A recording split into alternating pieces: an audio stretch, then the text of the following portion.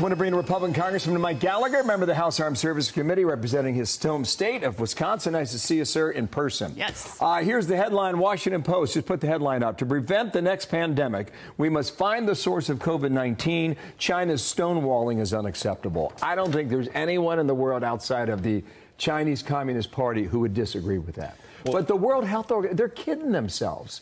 They have been blocked repeatedly trying to get to the origins of COVID-19.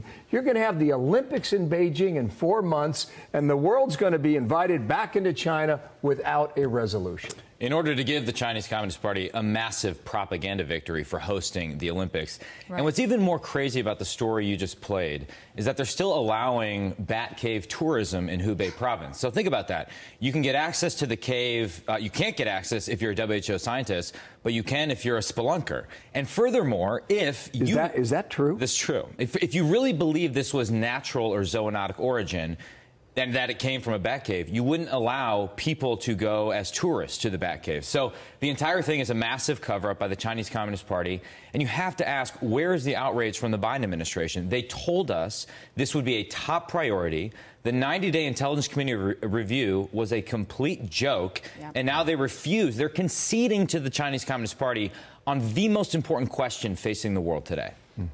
And so you speak about the Olympics as something, but also President Biden just announced that he and President Xi are going to have at least a virtual summit. And is that also a reward?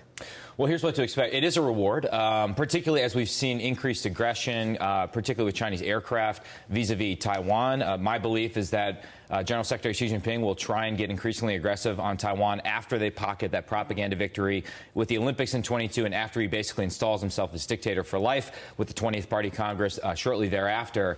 But it is a gift. And furthermore, we can expect some sort of announcement about a climate agreement with the Chinese Communist Party, which will be a total fantasy. They're facing an energy crisis right now. They're increasing coal production 50% up in Inner Mongolia. So no agreement with the Chinese Communist Party on climate change will be worth the paper it's printed on. It's a fantasy that John Kerry is telling himself right now. They want to annex Taiwan, forcibly effectuate unification with the mainland. They're stonewalling this inquiry into the origin of a pandemic that's upended all of our lives.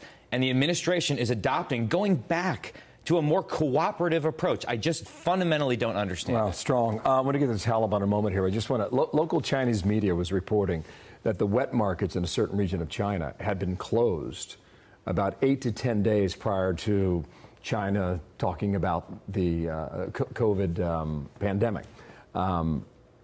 That would synchronize with a government that was trying to cover up potentially a lab issue or a lab leak issue to make sure that they had an alibi that they could show to the world. Just keep an eye on that story, okay? Absolutely.